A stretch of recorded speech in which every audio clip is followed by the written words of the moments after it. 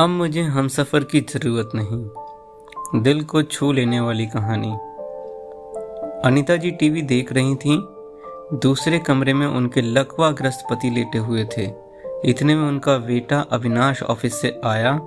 आते ही माँ को इतने आराम से टीवी देखते हुए बोला, क्या माँ, आप भी ना अब माफ़ करो पापा को, कभी उनका हालचाल भी पूछ लिया करो। अनीता जी ने बेटे को ऐसे देखा जैसे उन्होंने कुछ सुना ही नहीं और अपनी बहू समीरा को आवाज़ देती हुई, मैं मंदिर जा रही हूँ, आने में देर होगी, तुम लोग चाय पी लेना, कहकर चली गईं। अविनाश गुस्से में अपने कमरे में चला गया। तभी समीरा चाय लेकर आई और बोली, आप क्यों बार बार माँ को बोलते हैं? पापा ने जो कुछ उनके साथ किया है, माँ जी क्या, दुनिया की कोई भी औरत सह नहीं सकती है। रही बात पापा की, तो उनके लिए आप और हम हैं ना। अविनाश बोला, पापा ने तो मेरे साथ भी अन्याय किया है, तो मैं क्या करूं, उन्हें छोड़ दूं? समीरा बोली, आपकी बात अलग है, पर माँ जो करती है करने दीजिए। अनीता जी मंदिर से लौटी और रात में बिना खाना खाए सोने चली गईं। सभी जब खाने बैठे तो अविनाश ने समीरा से पूछा, माँ कहाँ हैं, उन्होंने खाना खाया? समीरा के ना बोलने पर अविनाश खुद थाली लेकर माँ के पास गया और बोला, माँ मुझे माफ़ कर दो, सब कुछ जानकर भी मैंने आपका दिल दुखाया, अब खाना खा लो। अनीता जी ने खाना खाया और सोने चली गईं, पर उनको नींद नहीं आ रही थी। सोचते सोचते वो 35 साल पीछे चली गईं, जब वो दुल्हन बनकर अपनी आंखों में सतरंगी सपने सजाए अपनी ससुराल आई थी। क्या हुआ था अतीत में जो अनीता जी अपने पति से नफरत करती थीं, जानने के लिए आगे जानते हैं। अनीता जी की जब शादी हुई थी तब उनकी उम्र 18 साल की थी और उनके पति रमेश बाबू की उम्र 22 साल थी। अनीता जी कम पढ़ी लिखी थी पर गुणवान बहुत थीं। सास ससुर देवर सभी उनको बहुत मानते थे, पर रमेश बाबू अनीता जी को पसंद नहीं करते थे। कुछ दिनों बाद अनीता जी 2 जुड़वा बच्चों की मां बनी। सब बहुत खुश थे। रमेश बाबू भले ही अनीता जी को नापसंद करते थे, पर बच्चों को बहुत प्यार करते थे। शादी के 5 साल के बाद रमेश बाबू की नौकरी लगी। वो दूसरे शहर जाकर नौकरी करने लगे।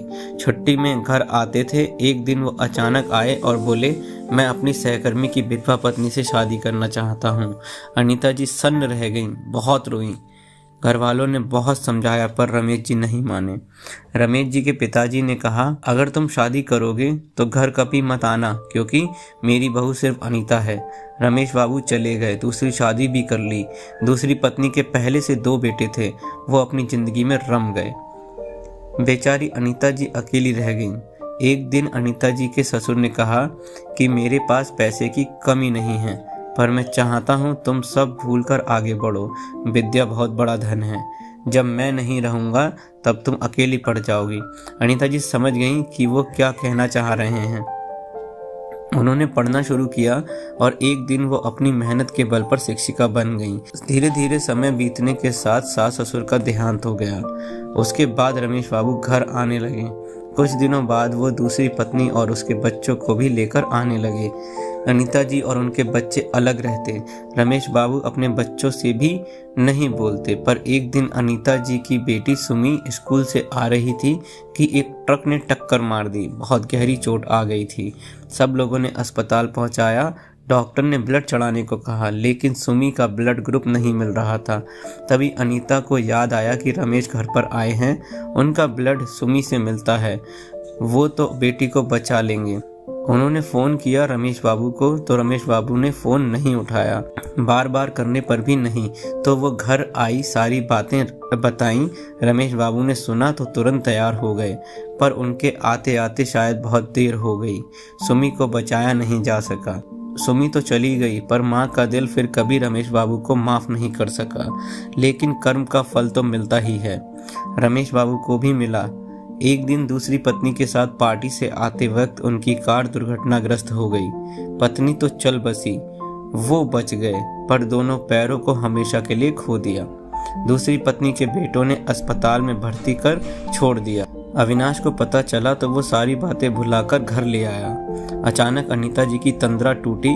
उन्होंने अपने आंसू पोंछे और सुमी की तस्वीर के पास जाकर बोली, बेटा कुछ भी हो पर तेरे पापा को मैं माफ़ नहीं करूँगी। जब मुझे उनके साथ की ज़रूरत थी तब उन्होंने मुझे छोड़ दिया। अब मुझे हमसफ़र की ज़रूरत नहीं। दोस्तों, अगर आपको ये वीडियो पसंद आई हो तो इसे लाइक करें और कमेंट बॉक्स में अपनी राय दें और हमारे चैनल को सब्सक्राइब करें। धन्यवाद।